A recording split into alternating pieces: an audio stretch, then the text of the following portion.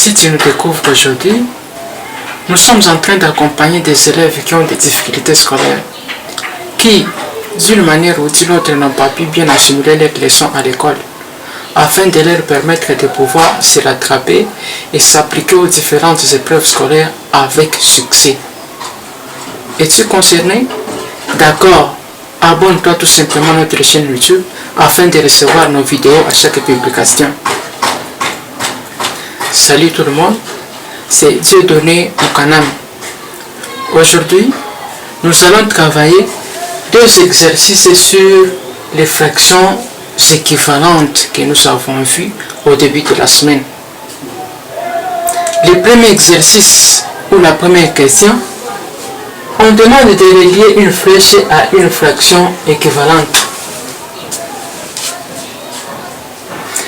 Et la seconde question ou le second exercice, par contre, on demande de trouver les fractions équivalentes parmi les fractions données. Chers amis, commençons par le premier exercice où on nous demande de relier une flèche à une fraction équivalente. Nous avons deux cercles, le cercle A et le cercle B. Chaque cercle a trois fractions. Alors, nous pouvons commencer à lire. Le cercle A, nous avons 140 49e. Nous avons 560 35e. Et nous avons 33 120e. Dans le cercle B, nous avons 27e. 66 240e. Et nous avons 112 septième. Deuxièmement, nous allons alors appliquer la règle. Que dit la règle pour trouver une fraction équivalente à la fraction donnée? La règle nous dit ceci: il faut multiplier ou diviser le numérateur et le dénominateur par un même nombre. Chers amis, toutes les deux fractions équivalentes sont là. Mais on nous a caché les nombres par lesquels on a multiplié ou divisé le numérateur et le dénominateur. C'est à nous maintenant d'en trouver. Pour en trouver, il suffit de comparer le numérateur et le dénominateur de deux cercles, le cercle A et le cercle B. Alors, c'est ensuite que nous allons relier les flèches pour trouver alors les fractions équivalentes. Nous avons déjà lu. Alors, appliquons maintenant, nous pouvons comparer. Alors, nous avons la première fraction, 140 49e. Prenons d'abord le numérateur. 140 divisé par combien donne 20. 140 divisé par 7 donne 20. Si on effectue la multiplication, nous pouvons dire 20 multiplié par 7 font 140. Prenons alors, comparons les dénominateurs. Nous avons 49. 49 divisé par combien donne 7. 49 divisé par 7 donne 7. Si on effectue la multiplication, prenons 7 fois 7 font 49. Donc ces deux fractions sont équivalentes. Prenons la deuxième fraction, 560 35e. Comparons d'abord le numérateur entre eux. 560 divisé par 112 donne combien? Donne 5. Si on effectue la multiplication, 112 multiplié par 5 font 560.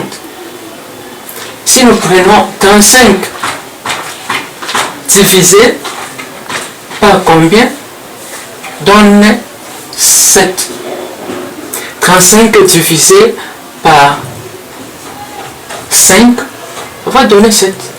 Si on prend 7 fois 5, va donner 35.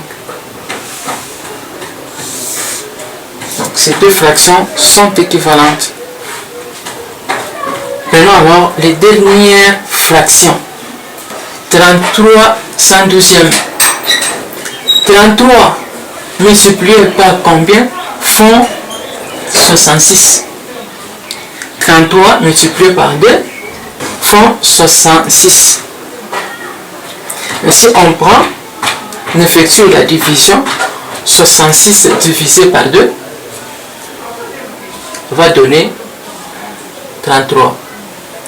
Comparons alors les dénominateurs. 120 multiplié par combien font 240. 120 multiplié par 2 font 240. Donc, ces deux fractions aussi sont équivalentes. Soit 33 120e est équivalent au 66 240e. Nous allons passer au deuxième exercice. On demande de trouver les fractions équivalentes parmi les fractions données. Nous pouvons lire. Nous avons 1 quart et 4 16e. Nous avons 1 tiers et 6 tiers. Nous avons 7 13e et 49 91e. C'est presque le même exercice. Si on prend 1 multiplié par 4, donne font 4. Si on prend aussi 4 multiplié par 4 font 6. Donc, ces deux fractions sont équivalentes. Si on prend 1 multiplié par 6, on va donner 6. Mais si on prend 3 multiplié par 6, ça va donner au-delà. Ces deux fractions ne sont pas équivalentes. Prenons alors les dernières fractions. 7 13e et 49 91e. Si on prend 7 multiplié par 7, ça va donner 49. Et si on prend aussi 13 multiplié par 7, ça va donner 91. Donc, ces deux fractions ici sont équivalentes. Merci beaucoup.